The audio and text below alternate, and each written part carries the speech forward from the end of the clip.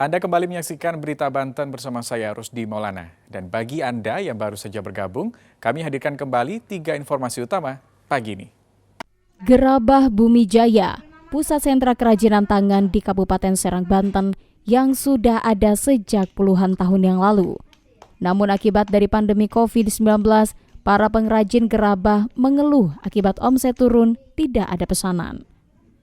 Gerabah Bumi Jaya merupakan salah satu ikon kerajinan tangan dari Kabupaten Serang, Banten, tepatnya di Desa Bumi Jaya, Kecamatan Ciruas. Para pengrajin gerabah ini sudah ada sejak puluhan tahun yang lalu. Usaha ini terus berjalan dari generasi ke generasi berikutnya. Gerabah terbuat dari tanah lempung sebagai bahan yang memiliki kualitas baik.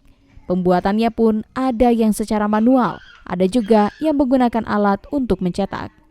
Peminat gerabah Bumi Jaya ini berasal dari luar kota seperti Bogor, Jakarta, hingga Kalimantan.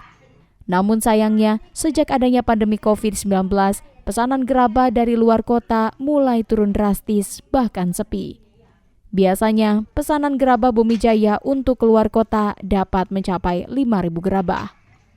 Selain itu, sebelum adanya pandemi COVID-19, tempat pembuatan gerabah ini biasanya diminati oleh anak sekolah untuk belajar membuat gerabah.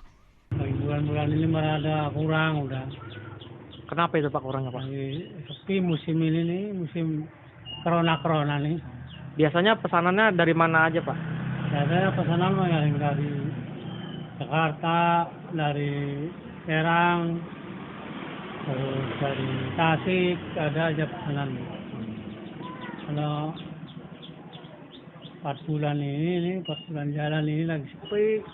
Banyak hasil dari kerajinan tangan gerabah ini seperti kendi, celengan, hingga vas bunga. Ariel Maranus dan Nahrul Muhilmi melaporkan dari Kabupaten Serang, Banten. Ya, informasi tadi mengakhiri Berita Banten pagi hari ini. Saya Rusdi Maulana mengucapkan terima kasih atas kebersamaan Anda. Selamat pagi dan sampai jumpa.